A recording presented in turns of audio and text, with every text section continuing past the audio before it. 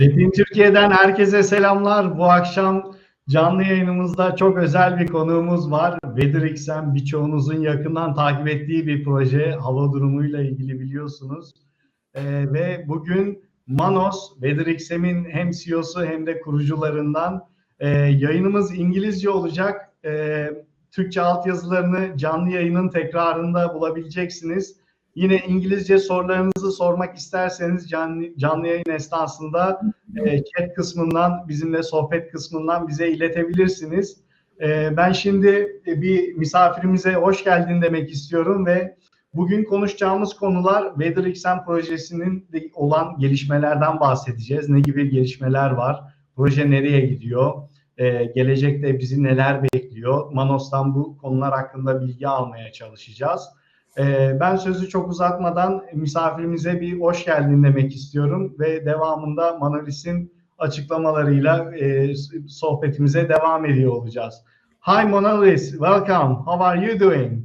Thank you for accepting our invitation to Depin Turkey channel. As you know, we are the leading Deepin product supplier and the advertiser here in Turkey. So we are really happy to welcome you on board. Today we would like to discuss most of the how the project is going, what kind of things are coming up, and some maybe details from your side will be appreciated. Yes, please. Merhaba, deep in Turkey. So great to be here, Rikai. So yes, you're actually one of our first partners, not only in Turkey, but one of the early partners, distributors of WeatherXM. So we're really happy that we're working together, and I'm really glad to be here discussing with you this. So yeah, so let's start. Like, what do you want to know? What questions do you have?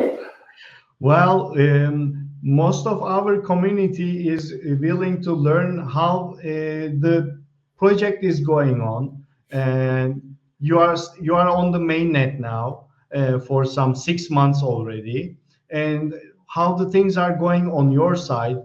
Things are going on the track like you expected, or which kind of things should be improved, or what do you expect end users to do to expand the globally the network, weather station network? Also, what kind of how about the data use? If people are interested in using the weather station data through this community, these kind of questions are being arise. So we will be more than happy to hear from your side as well. Okay. A lot of questions. So let me start unpacking some thoughts on a high level. So are things going the way that we hoped, or we're planning? To be honest, there's a ton of projects that are happening inside the company that that most of the people outside don't actually see. So there's a lot of products and features that we're building right now internally that they haven't surfaced the light yet. So there's the team has grew to more than 40 people right now. Wow, that's amazing. So yeah, so we are a huge team now, but we need a little bit more time to see the impact of that such a large team on the product that we're building, on the products, on the features. Mm-hmm. So we have a ton of things planned for 2025, which are projects that we have been working in the last couple of months that are going to surface the light beginning next year. I will probably walk you through those and give you an idea what to expect. But in general, for the future of the project and the strategy that we have for the project and how we are thinking of expanding, we have three internally in the team, in the project, we have 3 axes right now. You can think of them as KPIs, key performance indicators. So For us, it's important to grow the network, to utilize the network, to sell the value, the data that the network produces, and to utilize the weather data on chain. So these are the three axes. Yes. On the supply side, we use the quality of data and the network size as an indicator if we're doing a good job or not. Right now, we have more than 7,000 stations deployed. 7,000 already. Wow, huge number. Yeah, it is, but in relationship to the goals that we have for the project is still small. So the goal for mid next year is 50,000 stations, and Wow. we're working towards this direction. We already have in total we have manufactured 20,000 stations. Wow. So Huge we expect those stations to be sold one way or another through special programs like the targeted rollout Swissport project that we did or other projects. We expect all those to be present in the network by Q1, Q2 of next year. Yeah. And we're trying really hard to grow the network faster with larger numbers than that. That's on the supply side. At the same time, obviously, we are trying to improve the quality of data. We are already at a very good level. If you compare our network to governmental networks, I think we are doing a very good job in terms of uptime and deployment and in maintenance of sensors and so on. But as you can imagine, that is one of the huge problems when you have thousands of devices that somehow need to be maintained. Sure. On the demand side, we recently launched our B2B value proposition. So until now, we were doing pilots with customers, and we were kind of serving them custom services that we were building based on their requirements. And essentially, we are now beginning to productize that. So if you go to pro.weatherxm.com, you can sign up for free. And you can see basically a new API interface and a billing system that one can consume weather data from the platform. And in that space, in the next month or so, you will see all the important features, essentially the core functionality of the platform that we have been building all this time, which is around forecast accuracy tracking, our own forecast, which is using machine learning training from the data of the stations and so on. This is the core value proposition for the demand side revenue. And the third axis is the utility of our data on chain, which is something that doesn't really exist yet anywhere in the world. So this market is just getting started. Sure. And we have done some proof of concept work there. If you go to our GitHub, actually, I don't think we have advertised this yet, but if you go to our GitHub, we have a repository that is called Prediction Markets, and you can see some weather bets.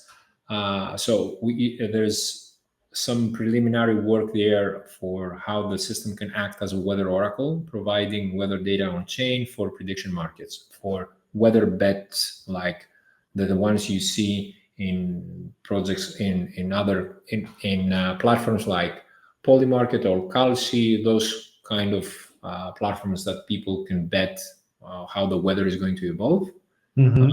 So this is what we're working on, and this is what that is coming in the pipeline as well next year. That really sounds great. I mean, going back to the WeatherXM Pro, I mean, as far as I know, there is some hierarchy within the data that you want to reach out. I mean, you can reach out to a local data, or you can get data from the hexagon that you want to get information about, or you can get a bigger data and some back historical data, retrospective data, as well as some future predictions from that region, right? Yes. So I believe that's going to be very beneficial for B2B part of the business. This is a deep-in project, so in order to project to grow and make some revenue and keep on people getting the rewards in terms of token price, maybe these kind of approaches are very valuable for everyone. It's all win-win-win situation for everyone, isn't it? Yeah. So the token is a very important aspect in the project, obviously, and we are working. Well, some of the areas that we are working right now, some of the features that we are developing, are related with the utility of the token. So we, first of all, when it comes to forecasts, it is important to note that it's not easy for WeatherXM to be exactly the same like any other weather app. So we cannot provide the same services that any other weather app provides because our strengths is in a different area. The strength that the project has is in the ability to deploy and maintain a high quality network of weather stations and to produce forecasts around those locations, the locations that we have stations. In areas that we don't have stations, we are as blind as any other weather app. So we will not be in a position to offer a better service there. It will be the same. So we are focusing on our strengths, on the areas that we have weather stations, and on the other advantage that we have, which is to expand the network in the direction that the customers want, by asking our community to deploy stations there with the crypto reward incentive. So in the near future, there will be first of all, the services that the forecast accuracy tracking, the Mosaic, the custom, the hyperlocal forecast that we have is going to be offered both in the B2B customers, but also that we will try to put it inside the mobile app as a B2C feature. So weather enthusiasts or weather professionals, small professionals can buy this feature with a subscription, and they can pay this with WXM tokens, following this approach that we have, that you have a discount if you choose to pay with WXM. So this creates a utility into the token, and it's a fair use of the token in the sense that individuals who have contributed to the project with data, they can now use this token rewards to get back new services that are based on their data or other data from the network. So that's the whole point of having the token in the middle. So that's one thing. The other thing that we're doing is, as I mentioned before, we want to use the token as an incentive to control the rollout of the network to the areas that our customers are asking us. So we have customers who want to see more weather stations in specific areas. Like for example, we're doing this project with the Athens port, marine port, in Piraeus port. So they want very accurate wind forecasts for inside the port to make sure that there's no extreme wind gas that could potentially create the stacked containers to fall and create any risk to the people there. So they essentially they want from us the best possible nowcast wind forecast that they can have, and to do this, we are using data from weather stations around the area. So essentially what happens is we see a wind gust coming a couple of minutes in advance. That's great. That's really nowcasting. Yep, and we're using the stations of the area. We want more stations in the area, so we need to create mechanisms to communicate this to individuals, give them additional rewards so they can deploy the stations. I think that's one of the strengths that the DePIN projects have that we need to build on, and this requires additional rewards that somebody has to pay, and in the end, those rewards are paid by the end customer. So, for example, the port, indirectly, without them knowing, because they don't have to do anything with crypto directly.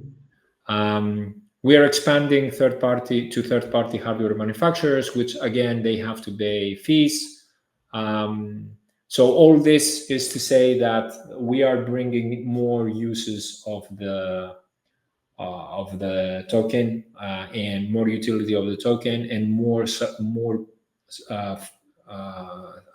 services that somebody has to pay, essentially more revenue into the project, which is very useful for the economy of the project. And this is planned for the next couple of months. That's great. That's great. I know that you have been deploying some units in Africa, right? How many units have you deployed so far? It started like a month ago, something, but a huge number has already been reached out. So yes, it's a great organization, big organization from your side. I think in the last couple of weeks, we had 200 stations in Africa deployed. And overall, this is part of the Swissport project, the targeted rollouts. So what happened there was, a couple of months ago, we did this funding campaign inside this hybrid exchange called Swissport, where we gave the ability for people to participate in the project by subsidizing the cost of the hardware. So essentially, individual users were paying for the cost of the hardware. And we, as a company, as a hardware manufacturer, we doubled the number of stations, or we sold the stations at half the price, depending on how you see it. And we gave all those stations for free to partners in Africa, India, and Latin America. And we carefully selected partners that had the ability to deploy stations, and also had the ability to find customers that can utilize the weather data being produced there locally. Obviously, those places, they have a huge need for weather data because they lack weather infrastructure the most. That's why we started with those countries, essentially, those areas. So what you see today in our Explorer is in the network expansion is the result of those actions that we did a couple of months ago. And essentially in the next month or so, you will see another 2,000 stations being deployed in those areas. And we will be in a position to claim that we have the largest network in some specific countries. Like there's going to be 800 stations in India in collaboration with... we're collaborating with DABA there, which is another DePIN project. They are deploying broadband, Wi-Fi, and cellular internet connectivity, essentially. So they're also deploying next to the infrastructure for the internet connectivity. They're also putting a WeatherXM station. So there's a lot of... So the network will grow fast in the next couple of months, which means that the value of the network will also grow as well, because something that is important in our project is the sum of the value is larger than... Actually, the value of the network is larger than the sum of the individual value of every station. So the more stations we have together as a network in a specific area, the bigger value we have, the value multiplies. For example, in Netherlands right now, we have a very dense network. We are in a very good position to monetize the data of the stations because of the density of the network there. And so we are also looking there to replicate the use case we did with the Athens port, because they have a lot of activity there too.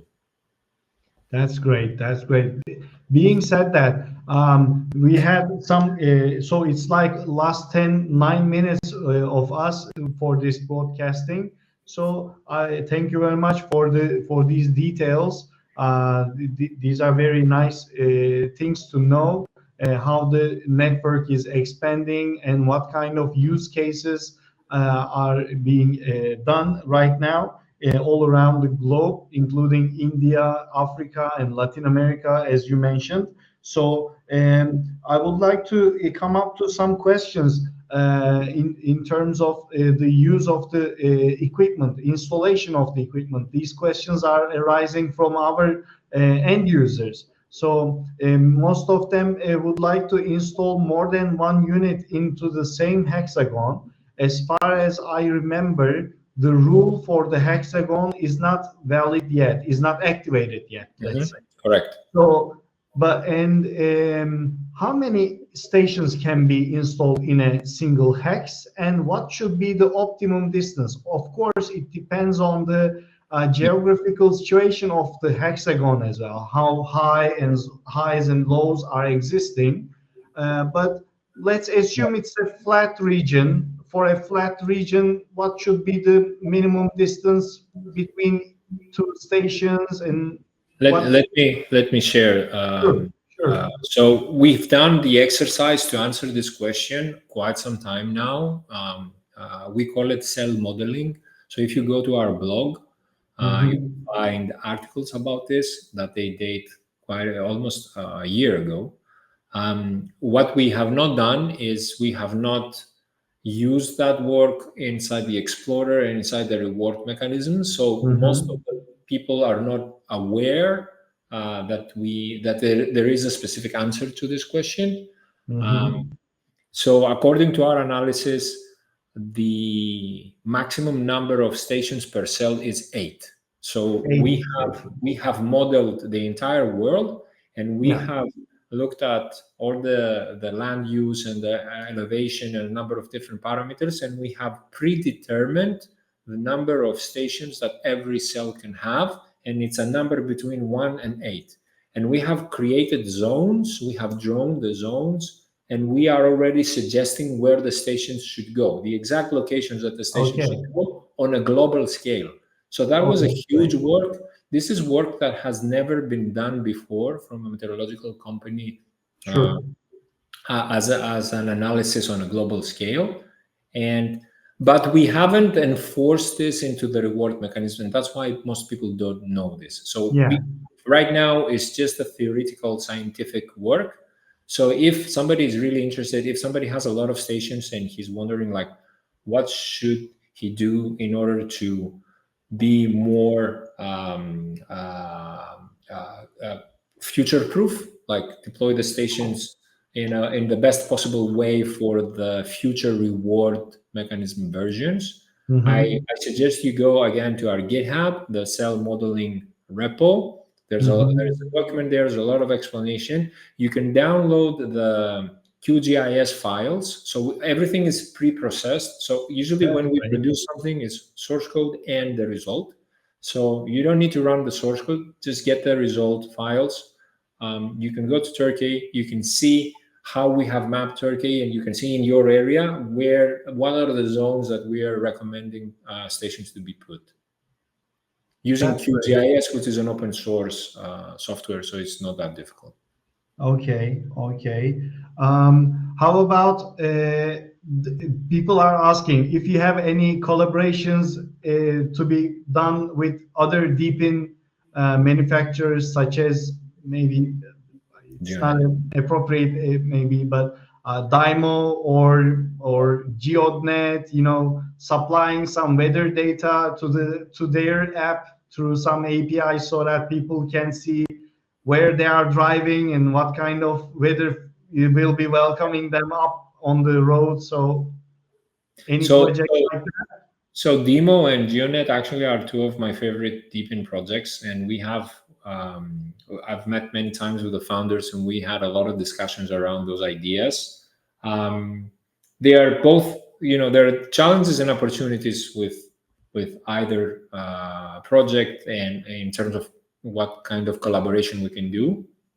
With Dymo, we have explored the possibility of consuming data coming from the cars that are related with the windshields, so we can use them as kind of rain sensors. The challenges there is that I mean, this is a very good idea, and in theory, like it would be beneficial to the project. The problem is that we have all the analysis and the algorithms and the machine learning training that we have, and the design of our infrastructure is around the assumption that the sensors are fixed. So if we introduce moving sensors, it's difficult for us to take advantage of this data immediately. The other problem is that we are assuming that the worst possible quality of data that we have is what we have today. And in the future, we're going to have better and better weather stations, more strict quality of data validation. So the data is going to improve over time. If we add DIMO as a sensor, then we are dropping the quality of data substantially. So our algorithms are not optimized for this. Now, the other way around, can we provide weather services to DIMO? Sure. Yeah, we probably could, but then the question is on DIMO side, like, do they want this kind of service? With GeoNet, to touch very briefly on this, there's another opportunity there that I think is even more exciting. That I think we will work with Mike on this at some point, because he has a lot of experience and he can very well understand the space. There is so RTK, really advanced GNSS technology, like the GeoNet is using, is correcting the humidity effect of the atmosphere to the signal of the satellites. So there is a phenomenon called radio occultation, which means that essentially the signal is bending because of the humidity on the atmosphere. There are some companies out there that they're using this phenomena in the reverse direction. So they are converting satellite signals into weather sensors, into humidity sensors. And then they try to use this data to improve weather forecasting. So it's a very challenging, difficult approach. But we have an advantage there. By we, I mean the community of WeatherXM and the community of GeoNet and the DeepIn enthusiasts. The advantage is that we have a lot of places that there is a WeatherXM station and GeoNet at the same spot. So that's right. So if we combine those two data, we can extract humidity information of the atmosphere, looking at multiple directions to the satellites that they are connected on the RTK, which could be 20 or more satellites at any point. So there's a lot of information there. But the challenge there is, what do you do with this information?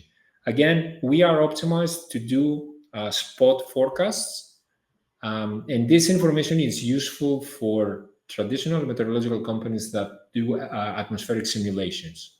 So we're not doing atmospheric simulations, so it's not a low-hanging fruit. It is something useful potentially, but not for today. It will be for the future. I see. Also, one very last question. How about the smart contracts for insurance policies coming up? Are they on the way? Yes. So blockchain signed.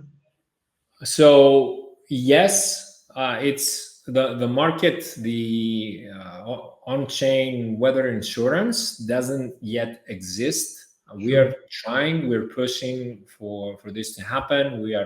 We assume that we are accelerating this market just by creating weather data on chain, because, as you know, we are the only project that has designed this mechanism of cryptographically signing the payload of the sensors and putting it on decentralized storage in Filecoin.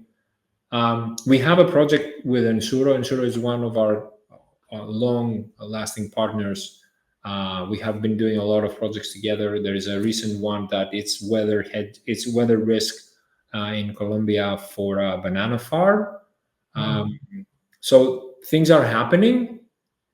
We are also working on prediction markets, the weather bets that I mentioned before. That will be in the form of a weather oracle. So we will see next year, we will definitely see some utilization of weather data on chain, but it seems it will take longer for this market to be created and to have for blockchain technology to have a substantial impact on the weather risk management, essentially. Well, On a global scale. That's really great to hear.